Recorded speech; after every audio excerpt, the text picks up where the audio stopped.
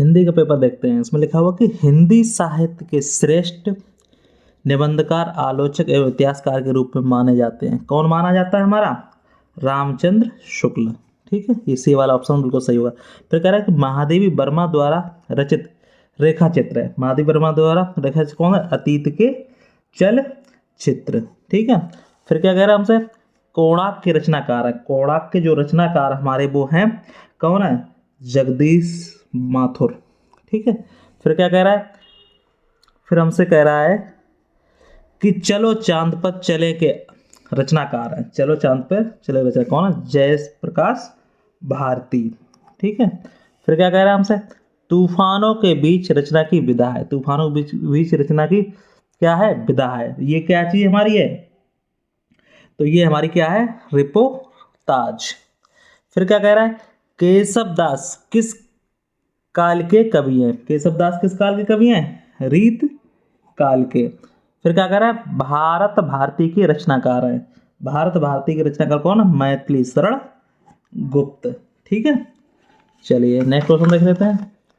क्या कह रहा है कि भारतेंदु एक की समावधि, भारतेंदु एक की क्या है? समावधि क्या है हमारी मानी जाएगी? 1820 वाला ऑप्शन, 1868 से 1900 ईस्वी तक। तो कह रहा है सुमंत्रानंद पंत की रचना नहीं है। कौन सी नहीं है, हमें ये बतानी है। तो कौन सी हो जाएगी हमारी? कामायनी। ठीक है, फिर क्या? रीत मुक्त का धारक कवि है। ये कौन है हमारे? घनानंद। फिर क्या करें? हाँ रघुनंदन प्रेम परिते, तुम बिन जियत बहुत दिन बीते। उपयुक्त पंक्ति में कौन सा प्रयुक्त रस है? तो हमारा कौन सा रस हो जाएगा हमारा? करुण रस। फिर क्या कह रहा है? ज्यों आँखिन सब देखिए आंख न देखी जाए। उपयुक्त पंक्ति में कौन सा अलंकार है? तो इसमें हमारा कौन सा अलंकार हो जाएगा हमारा? रूपक अलंकार।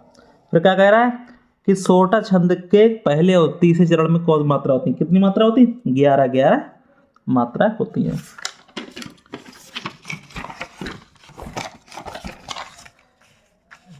फिर कह रहा है कि सुगम शब्द में प्रयुक्त उपसर्ग है। सुगम शब्द में उपसर्ग क्या हो जाएगी हमारी? सु। क्यों? पहला शब्द उपसर्ग होता है सु। फिर कह रहा है कि नवरत्न में समास है। नवरत्न में हमारा कौन सा समास है? हमारा द्विगु समास है। पृथ्वी शब्द का पर्यायवाची नहीं है। पृथ्वी कौन सा हमारा? पृशून। ठीक है, अब त्वाम शब्द में विभक्ति वचन कौन सा? द्वितीय विभक्ति एक वचन।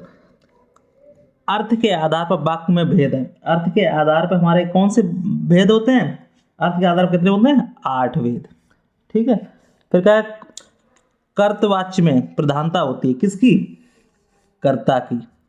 फिर क्या कह रहा है? जिनके अलग अलग रूपों में वाक्य मिलते हैं वो पद कहलाते हैं। वो हमारे क्या कहलाते हैं?